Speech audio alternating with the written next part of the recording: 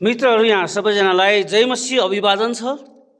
एउटा छोटो short video लिएर फेरि म आएको छु हजुरहरूको माझमा र पवित्र प्रभुभोजको बारेको केही सिद्धान्तहरू लिएर म आएको छु।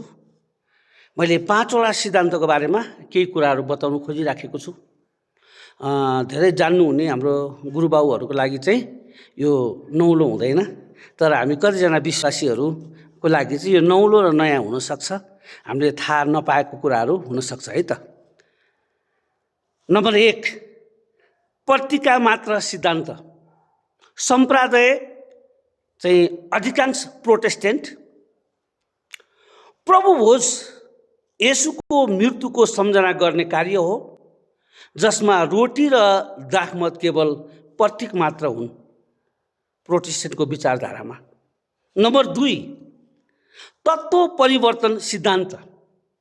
सम्प्रदाय चाहिँ रोमन क्याथोलिक चर्च रोटी र दाखमतको रूप बाह्य रूपमा उस्तै देखिए पनि याजकद्वारा पवित्र गरिएपछि यो येशूको साँचो शरीर र रगतमा परिणत हुन्छ, अर्थात् येशूको शरीर र रगत बन्दछ उहाँहरूको सिद्धान्त र विचारधारा अनुसार। नम्बर 3, रहस्यमय सिद्धान्त।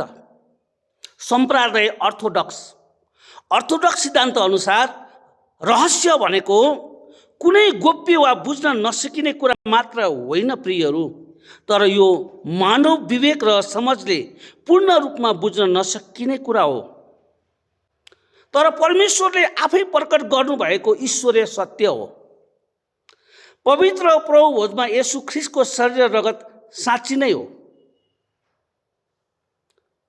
तर रहस्यमय तरिकाले उपस्थिति हुन्छ। तर यो तार्किक सिद्धान्त अनुसार तार्किक रूपमा होइन, बरु रहस्यमय परिवर्तन हो अर्थोडक्स सिद्धान्त अनुसार। नम्बर 4 अनुसार चाहिँ सह अस्तित्व सिद्धान्त। सम्प्रदाय लुथरन सम्प्रदायले रोटी र दाखमत साथसाथै येशूको शरीर र रगत पनि हुन्छ।